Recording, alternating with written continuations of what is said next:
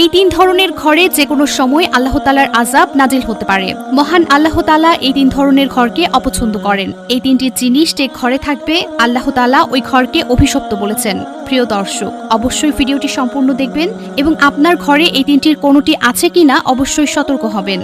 আল্লাহ তাআলা এই তিনটি ঘরকে পছন্দ করেন না এবং যে কোনো সময় এই ঘরে আল্লাহ তাআলার আযাব নাজিল হতে পারে। অবশ্যই ভিডিওটি শেয়ার করে দিবেন আপনার অন্যান্য মুসলিম ভাই বোনদেরকে দেখার জন্য। আপনি যদি প্রিয় নবী হযরত মুহাম্মদ সাল্লাল্লাহু আলাইহি ওয়াসাল্লামকে ভালোবাসেন অবশ্যই আলহামদুলিল্লাহ কমেন্ট করবেন। তো চলুন বেশি কথা না বলে শুরু করি আজকের ভিডিও। আল্লাহ তাআলা বলেছেন, মানুষের কিছু কাজকর্মের জন্য তারা আমার অপছন্দের ব্যক্তি হয় এবং তারা আমার রহমত থেকে বঞ্চিত হয়। আল্লাহ তাআলা তিন ধরনের ঘরকে অপছন্দ করেন। তার মধ্যে সর্বপ্রথম যে ঘরের কথা বলা হয়েছে তা হলো যে সকল ঘরে নারীদের আওয়াজ পুরুষের আওয়াজের থেকে উচ্চ হয়ে থাকে। যেই ঘরে নারীর আওয়াজ বেশি থাকে সেই ঘরে ৭০,০০০ ফেরেশতা লানত পাঠ করতে থাকে। এখনকার ঘর সংসারে দেখা যায় পুরুষদের তুলনায় নারীর কর্তৃত্ব বেশি। অবশ্যই এ বিষয়ে সাবধান থাকবেন এবং ঘরে নারীদেরকে এ বিষয়ে আল্লাহর ভয়কে স্মরণ করিয়ে দিবেন। ২ নম্বরে আল্লাহ তাআলা ওই ঘরকে অপছন্দ করেন যে ঘরে কারো হকের টাকা মেরে জমা করে রেখেছে। ওই টাকা দিয়ে ওই সংসার চালানো হলে সেই ঘরে আল্লাহর আযাব যে কোনো সময় আসতে পারে। প্রিয় ভাই বোনেরা, জীবনে যাই করেন না কেন কারো হক নষ্ট করবেন না। হাদিসে বর্ণিত রয়েছে, হাসরের মাঠে সকল হিসাবের পরে আপনি যদি জান্নাতি হয়ে থাকেন দেখবেন আপনি জান্নাতে যাওয়ার পথে তারাই বাধা হয়ে দাঁড়িয়েছে।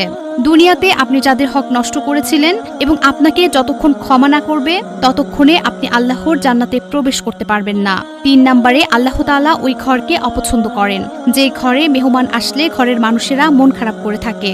হযরত জিবরাইল আলাইহিস সালাম বলেছেন, যে ঘরের মানুষেরা মেহমান আসলে মন খারাপ করে থাকে ওই ঘরে নামাজ পড়া হলে নামাজের সওয়াব ফেরেশতারা লিখেন না। আল্লাহ তাআলা যখন খুশি হন তখন বৃষ্টি দেন এবং আল্লাহ তাআলা যখন কোনো বান্দার উপর খুশি হয়ে থাকেন তখন তার ঘরে রহমতের ফেরেশতা পাঠান এবং সেই ঘরে মেহমান দিয়ে পরিপূর্ণ করে দেন। সুবহানাল্লাহ। অবশ্যই আর্থিক অবস্থা যাই থাকুক বাড়িতে মেহমান আসলে যতটুকু সম্ভব তাদের অতিথি আপ্যায়ন করবেন।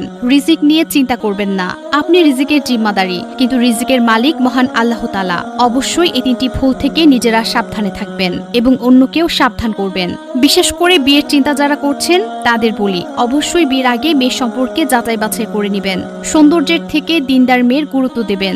মনে রাখতে হবে দিনদার নারী সংসারের জন্য মঙ্গল।